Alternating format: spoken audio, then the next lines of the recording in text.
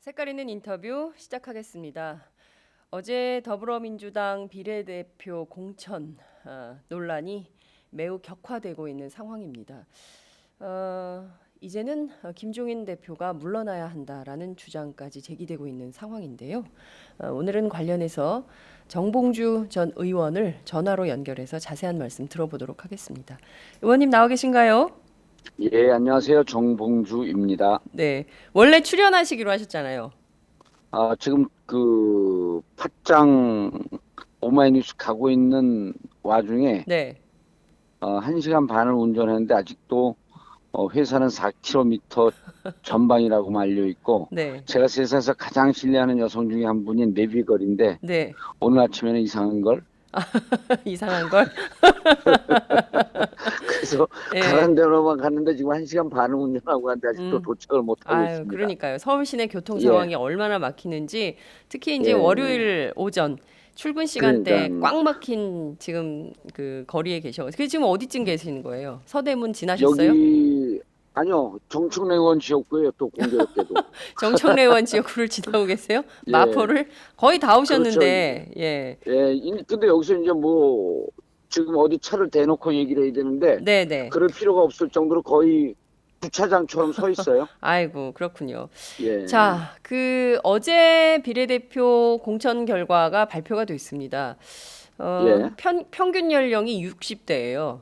일단. 그리고 어, 또 남성의 경우에는 비례대표 1번을 김종인 대표 스스로 공천을 해서 셀프 공천 논란을 빚고 있고, 그리고 지금 공천 후보된 분들이 많은 분들이 지금 정체성, 도덕성에 상당히 심각한 문제, 하자가 있다 이런 문제가 제기되고 있는 상황입니다. 의원님 우선 좀 예. 어떻게 보셨습니까? 이거 하나하나 좀 오늘 뜯어보도록 하죠.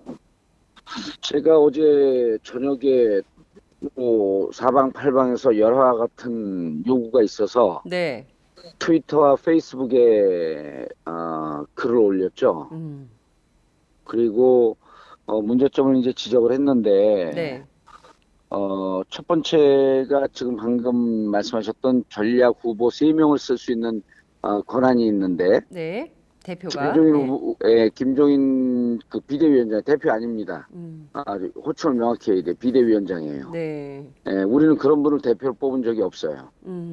다만 대표가 지금 비상한 상황이니 예, 비상대책위원회 위원장을 음, 맡아서 네, 당을 수습해줘라 이렇게 요청을 했거든요. 네, 근데 이 비상한 상황에 본인을 공천하는 것이 음, 비상한 상황을 수습하는 데 도움이 되는지 음, 이런 걸 물어봐야 되는 거예요. 네, 그래서 제가 본인이 국회의원 하는 게 네, 당에도 도움이 되고 대한민국 입법 활동에도 도움이 되고 음, 정권 유치에도 도움이 된다. 본인이 판단했을 거 아닙니까? 네, 네, 그렇죠. 근데 이제 그 전에 이게 그냥 본인이 2번 셀프 공천하면 우리가 그렇게 고생하신 분인데 음, 국회의원 하시겠다고 하니 네, 네, 또 이제까지 비례대표 4번 하셨고 네, 비례대표 5번째 국회의원하는 전대미문의 기록을 세우고 싶다고 하시니 네, 그럼 하셔라. 음, 충분히 이렇게 기회를 드릴 수 있죠. 네, 그런데 이분이 이제까지 컷오프 하신 걸 보면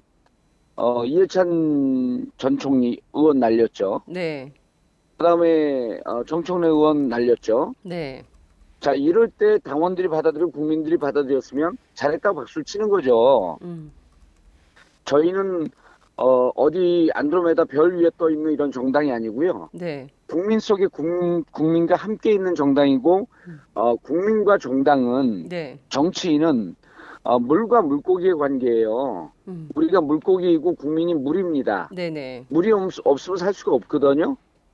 근데 이 국민들이 분노했어요. 네, 정청래 컷오프한 거에 분노했고 이해찬 컷오프한 거에 대해서 분노를 했으면, 네, 자, 당신이 사람들이 이렇게 멀쩡하게 잘 국회의원 할 수 있는 사람을 잘랐으면 네, 그때 명분이 뭐냐 이유가 뭐냐 하니까 정무적 판단이다 묻지 마라 이랬거든요. 그렇죠. 예, 그럼 본인이 국회의원 하는 것이 음, 정청래나 이해찬 의원이 국회의원 하는 것보다 더 낫다는 판단을 정무적 판단을 하셨습니다. 네, 그런데 셀프 공천에 대해서 당원들과 국민들이 납득이 안 되잖아요. 그럼 그렇죠. 어디선가 이것을 물어줘야 됩니다.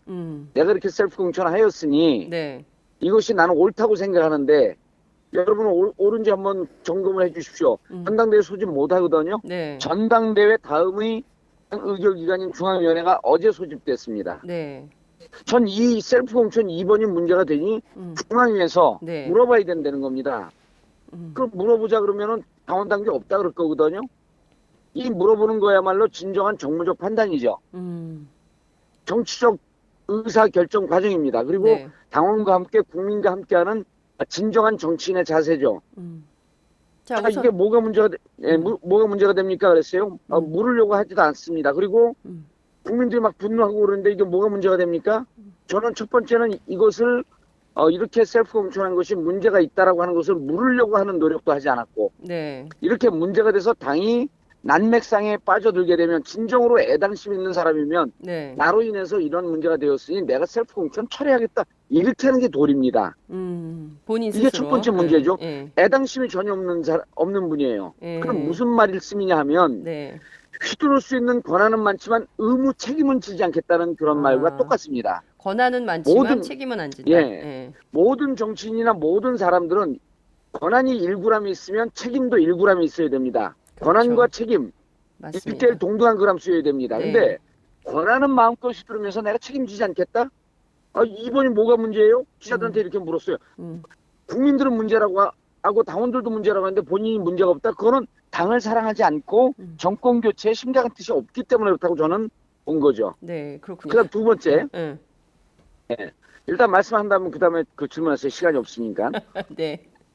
두 번째, 비례대표는 당선 안정권에서 20% 전략 공천할 수 있는 권한을 당대표에게 주지 않습니까? 그렇죠. 예. 그것만 당원 단계에 있고, 네. 그러면 43명의 비례대표를 순번 결정은 중앙위원회에서 하게 되어 있어요. 음. 근데 1번서부터 10번까지 A군, 음. 11번서부터 20번까지 B군, 네. 그 다음에 21번서부터, 죄송합니다. 43번. 21번서부터 43번까지 C군, 네. 이렇게 칸막이를 쳐놓은 거예요. 음. 그러니까 어제 박우섭 중앙위원과 기춘 중앙위원이 이건 문제가 있다. 네.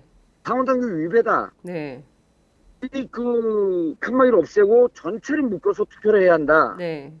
이렇게 대안을 제시했거든요. 그렇죠. 참으로 훌륭한 중앙위원들이에요. 음. 옳습니다. 네. 맞습니다. 이렇게 대안 제시하는 건 맞지만 네. 그러면 당원 당규를 위배하면서 이렇게 칸막이 쳐놓은 인간들이 누구냐? 음. 이건 명백히 당원 당규를 위배한 거거든요. 당원 한 발 당규를 더 나가 네. 한 발 더 나가서 중앙위원들이 모르고 슬쩍 넘어갔으면 그냥 넘어갈 수밖에 없었던 중앙위원회를 능멸한 분들입니다. 이분들 찾아야죠. 누가 이랬느냐 해갖고 중앙위원회 재차 소집되기 이전에 네. 이렇게 잘못된 안을 올렸던 당원 당규를 위배한 분들이 누군지 찾아갖고 엄중 징계해야 됩니다. 또 마지막에 네. 자, 아들이 잘못했고 딸이 잘못해도 책임은 가장인 아버지가 지는 거거든요. 우리가 세월호 때 박근혜 대통령이 다른 사람 책임을 묻고 해수부 장관 책임 묻고 이럴 때 우리가 뭐라 그랬냐면 유치이탈화법이냐. 결국 모든 국정은 최종적으로 대통령이 책임지는 겁니다. 라고 하면서 책임지지 않은 자세를 비판했었단 말이에요. 그렇죠. 지금 이 당원 당규를 위배해서 칸막이를 쳐놓은 인간들이 누구인지 찾아서 색출하고 엄벌 해야 함과 동시에 이걸 최종 승인해준 사람이 누구냐는 겁니다. 비대위원장 아니에요. 그렇죠. 책임져야죠. 이렇게 아주 심각한 온 나라를 발칵 뒤집어 놓고 네. 당의 지지율을 아니 이렇게 되면요. 네. 선거 못 치를 정도예요.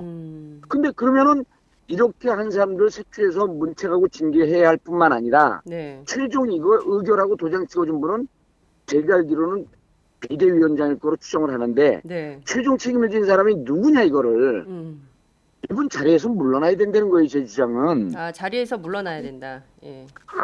이렇게 중앙위원회를 능멸하는 행동을 한 건데 이거는 해당 행위 중에 심각한 해당 행위입니다. 적정 분열 양상을 주면서 결국은 새누리당에게 엄청난 혜택을 준 그런 그 정치적 행위를 한 거거든요. 네. 징계해야죠. 책임지게끔 해야죠. 네. 자, 그런데 어제 비대위원회 그 하면서 흘러나온 얘기가 뭐 거의 선거 책임 못 지겠다. 네. 이런 얘기가 이제 흘러나오던데 좀 확인을 해봐야 될 필요가 있겠지만 네. 저는 이렇게 생각을 해요. 우리가 이제까지 김종인 대표 비대위원장에게 비판하지 못한 이유가 못하겠다고 떠날까봐 우리가 두려워했습니다. 우리가 잘못해서 모셔왔는데 네. 결국은 주책사유나 책임의 원천은 저희한테 있는 거 아닙니까? 그렇죠. 우리가 얼마나 잘했으면 음. 그리고 당내에서 이렇게 싸우지 않고 탈당하거나 이러지 않았으면 모셔오지 않았죠. 근데 모셔왔을 때 우리가 독선이고 전행하고 일방적으로 결정할 때도 저희가 세게 비판하지 못한 이유가 네. 이러다가 나 이제 그만두고 손 떼고 떠나겠습니다. 네. 이럴까봐 두려워했거든요. 네. 제가 이 대목을 뒤집어 보니까 떠난다라고 하는 것은 역시 무책임한 행동이에요. 음. 아, 이분은 무책임한 행동을 할 위험성이 높은 분이구나라고 하는 선험적 판단을 했던 거죠, 우리가. 음. 근데 지금 보면요. 네. 정청래 컷오프 이후에 네. 그 10월 9일, 3월 9일입니다. 네. 그때부터 지금 21일까지 예. 10일 동안 예. 당을 이렇게 난맥상을 만들고 이렇게 혼란을 만든 이 당의 모습을 보면 네. 그분이 신규지휘하면서 책임지면서 선거 치르면요. 음. 선거 치르지도 못하고 새누리당에 200석 헌납할 것 같아요. 아, 김종인 그래서 저는 대표가 새누리당에 200석 헌납할 거다. 아니 지금 상태에서 보면요. 예. 우리 쪽에서 빠져나가는 지지율이 정의당 쪽으로 가지 않습니까? 네. 그건 데이터로 나오고 있어요. 네. 여론조사 결과가 나오고 있거든요. 예. 지금 이 상태에서 비례대표를 이렇게 해놓은 상태에서 네. 국민들이 분노하고 온 언론이 오늘 아침에 그냥 집중포화를 쏟아붓지 않습니까? 네, 도와 모든 언론이 다 비판했어요. 예. 이거 어떻게 선거를 치르죠? 선거라고 하는 것은 네. 국민과 조우하면서 국민과 소통하면서 국민의 사랑을 받고 우리에게 표를 주십시오. 근데 뭐 나는 뭐 동정표 이런 거 필요 없다 뭐 이런 얘기까지 흘러나오고 물론 네. 확인해봐야 되는 얘기입니다만 네. 그렇다고 한다면 동정표도 국민의 표고요. 지지표도 국민의 표고요. 네. 비판표도 국민의 표입니다. 음. 그중에 한 표 동정표 받지 않겠다? 무슨 표는 받지 않겠다? 그럼 국민들 없어도 난 정치하겠다? 이런 거기 때문에 네. 저희 더민주당은 제 당은 아니죠. 제가 당원이 아니니까. 네. 더민주당은 국민 위에서 국민 속에서 국민과 함께 정치하려면 국민을 무시하거나 국민을 경시하는 이런 당 책임을 맡고 있는 분하고는 선거 못 치릅니다. 그러면 네. 이런 두려움이 있죠. 야 도대체 이렇게 해놓고 이 상태에서 누가 다시 떠난다 그러면 오냐? 어떡하지? 예. 예, 떠난다 그러면 어떡하지? 예. 제가 결론적으로 말씀드릴게요. 예. 저도 자유롭게 얘기하지만 네. 정치인으로서 깊은 책임감을 느끼는데 네. 떠나는 게 차라리 낫습니다. 이 상태로 선거 못 치러요. 김종인 이 대표 상태로- 차라리 떠나는 게 낫다. 이 상태로 이 선거 상태로 못 한다. 100%100패입니다. 예. 아, 자꾸만 이렇게 유도하면서 확인하려고 하고 모든 책임을 나한테 밀려고 그러지 말고요. 네. 우리 장윤선 기자도 아침에 좀 교활하게 진행하시네. 네? 아니에요. 여하튼 교활하게 지금 진행하시고 그 18분 동안 제가 질문을 2개밖에 못 했어요. 질문하지 마세요. 계속 네? 얘기하세요. 이게 무슨 그래서- 인터뷰가 아니라 거의 연설 수준이에요. 예? 그래요? 기분 네. 나쁘세요? 그럼 질문하세요. 자, 말씀하신 대로 지금 뭐 지적해야 될 것들이 굉장히 많은데 핵심적으로 예. 요약을 좀 해보자면 예. 우선 비례대표 2번은 철회해야 된다. 그리고 김종인 예. 대표 체제로는 선거 못 치르니까 일단 김종인 대표가 그만두는 것이 좋겠다. 이런 사퇴해야 거예요. 된다. 그리고 이런 거고. 예, 예. 그 조금 더 덧붙이면 네. 어제 비대위원회에서 무슨 12번 이런 얘기가 흘러나왔어요. 오늘 아침 보도도 다 됐습니다. 2번 하는 아, 거나 그렇습니까? 12번 하는 거나 무슨 차이가 예, 있냐. 그러면 12번이라고 하는 건 뭐냐면 12번이 안정권이라는 얘기예요. 이건 뒤집어서 얘기하면 네. 이제까지 우리가 안정권 15번이나 16번 정도쯤으로 보고 있었거든요. 간당간당한 안정권을. 네. 12번이라고 하면 당의 지지율은 이미 7, 8% 빠졌다는 얘기입니다. 그 스스로 인정한 거예요. 네. 그리고 이분은 누가 제안을 했든지 이분이 본인이 제안했든지 비대위 제안했든지 비대위 머리통이 통 빈 사람들입니다. 12번이라고 하는 것은 국민들에게 우리 당 안정권 비례 안정권 당선권 12번입니다. 이 정도쯤에서 지지를 멈춰주세요라고 하는 얘기나 다름이 없어요. 네. 자, 오히려 이렇게 2번이 문제가 됐으면 16번으로 간다 그래야죠.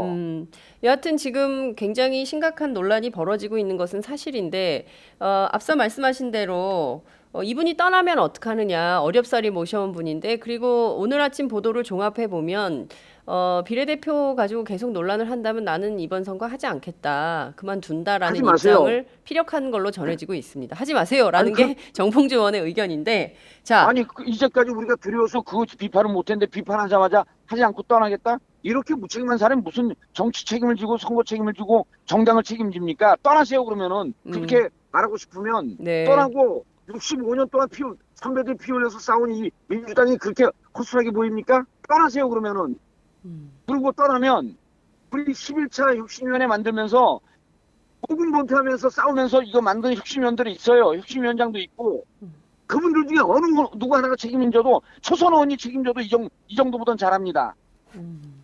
지금 오늘 상당히 격분하셨습니다. 초선 의원이 격분하죠. 이게 예. 자기 개인 사당입니까? 마음에 들면 떠나고 마음에 들면 오고 마음에 안 들면 떠나고 이 당과 함께 피 흘리면서 죽을 각오로 해야지 선거에 이기든 말든 할 거 아닙니까? 자기 말 안 듣는다고 떠난다 그러고 이게 뭐 동네 애들 소꿉장난이에요? 뭐 유치원 애들끼리 모여갖고 장난치는 겁니까? 그럼 떠난다 그러고 떠나세요 그러면은 정부라고 정당 못하고 정신 못합니다. 네. 제가 그동안 그게 정봉주 떠나야지 국민들이 박수 칠 거예요. 김종인 대표가 떠나야 국민들이 박수 칠 거다. 이런 떠나겠다고 하는 사람 떠나면 그만입니다. 저리 싫으면 그 중이 떠나면 되는 거죠. 그럼 떠나려고 그게 들여서 이제까지 얘기 못하고 잘못한 거 같고 비판했더니 떠난다? 떠나야죠 그러면은. 자, 이게 두려워서 우리가 계속 비판을 못한 거 아니에요. 결국은 비판하니까 딱 그만두겠다? 이게 장난치는 겁니까? 대한민국의 운명이 달려있고 온 국민 5천만 국민이 지켜보고 있는 건데 역사의 죄인이 되고 싶으면 떠나는 거예요. 무슨 말씀들을 하고 계셔. 네. 비대위원회에서 떠난다 그러면 역사를 갖고 싸워야죠. 나머지 비대위원 뭐하고 있었어 이 사람들이. 떠난다 그러면 당장 잡아야죠. 당신 지금 이거 갖고 장난치냐고. 대한민국의 운명이 달려있다고 우리가 이 선거 치른 거 아닙니까? 저렇게 박근혜 대통령이 똥포로 차대고 경제가 폭망하고 있고 국민들 고통스러워하고 있는데 그걸 좀 달래주려고 국민들이 사람답게 살 수 있는 나라 만들자고 이루고 있는데 마음에 안 든다고 떠난다고요? 떠나세요 그러면은. 그렇게 무책임한 사람은 역사에서 기록도 필요 없습니다. 아니 제가 미쳤다고 그 이명박 대통령 그렇게 잘못하고 사기치고 그럴 때 그거 외치면서 제가 이런 분들 보고 이런 정당 보고 뻑하면 떠난다는 이런 사람 보려고 감옥 갔다 온 줄 아세요? 감옥 간 게 무슨 벼슬이라 그러겠지. 벼슬입니다. 불의와 싸워서 감옥 갔다 온 게 벼슬입니다. 이게 꼭 듣고 비대원도 꼭 듣고 중앙위원도 꼭 듣고 이거 인터넷에서 퍼나가서 책임지지 않는 사람 떠나라고 하는 게 정답입니다. 무슨 말씀들 하고 계시 아침부터. 죄송합니다 흥분해서. 네. 그런데 네. 이렇게 흥분할 수밖에 없는 상황이에요. 우리 당원들이 이거보다 더 분노하는 더 비끓는 심정으로 비판을 하고 있는데 막말로 어느 누가 하나 당원들 얘기에 귀를 기울이고 있어요 지금. 어느 누가 하나 국민들 비판에 귀 기울이고 있습니까? 그 사람들 얘기 듣는 사람 아니에요? 이게 무슨 정치인의 자세예요? 그래서 네. 지금 제가 지금 개인적으로 제가 화를 내고 있는 게 아니고 네. 이렇게 화를 내고 싶어하는 당원들의 입장을 대변하는 거고 이렇게 비판하고 있는 우리 어민주 지지당의 지지자들의 입장을 대변한 거로 좀 새겨 들으시라고요. 네. 말을 못하면 말씀이라도 새겨 들어야지. 어른이 얘기하면. 네. 지금 아침부터 말이야. 네, 많은 분들이 의견을 주고 계십니다. 시원합니다. 봉도사님 화날만 하심. 대한민국의 운명이 달린 심각한 상황입니다. 정말 피눈물이 납니다. 김종인 그럼요. 그분들 심정이에요. 네, 신의 한 수가 아니라 최악의 악수네. 이런 얘기들이 지금 계속 줄줄이 달리고 있습니다. 말씀하신 대로 지금 굉장히 당이 위중한 장 기자님, 네, 상황이 되고 있습니다. 네, 말씀하세요. 우리가요. 네. 네. 이제까지 정청래 의원 그랬을 때 이해찬 총리 그랬을 때 당에서 그렇게 독선적인 모습을 보였을 때 그래도 이게 내가 맨날 그러잖아. 이게 그 솔로몬의 재판이라고. 네. 저분은 그러니까 솔로몬의 재판에서 가짜 엄마하고 진짜 엄마가 아들을 잡고 그럴 때 솔로몬이 뭐라 그랬냐면 반을 잘라라 그랬습니다. 그러니까 진짜 엄마는 아이가 죽을까 봐 손을 놨죠. 네. 우리가 당을 비판하지 못하고 그다음에 비대위를 비판하지 못하고 김종인 비대위원장을 비판하지 못한 이유는 당이 깨질까 봐 진짜 엄마의 심정에서 당이 찢어지고 당이 죽을까 봐 비판하지 못했던 겁니다. 그러니까 우리가 손을 놔버렸던 거예요. 그런데 가짜 엄마는 반 나누자. 나 떠난다라고 하는 것은 애를 반으로 나누자라고 하는 가짜 엄마의 결정과 판단과 똑같습니다. 왜 그런 역사를 교훈해서 보이려고 하지 않아요? 그리고 아침부터 이 얘기 듣고 제가 목청 높였고 기분 나쁜 분들 분명히 계실 텐데 네. 저는 제 입을 통해서 당원들의 분노를 지금 대변하고 있는 겁니다. 우리 지지자들의 분노를 대변하고 있는 거예요. 그리고 이 지지자들의 분노가 맞느냐 안 맞느냐라고 한다고 한다면 지금 폭락하고 있는 당의 지지율을 들여다보시면 됩니다. 얼마나 사람들이 열받아하고 있는지. 그리고 이제까지 참았어요, 그 비판을. 더는 못 참겠기에 우리 당원 지지자들이 비판하고 있는데 이 비판에 귀를 기울이지 않는다. 그런 분들은 떠나시면 됩니다. 그냥 떠나세요.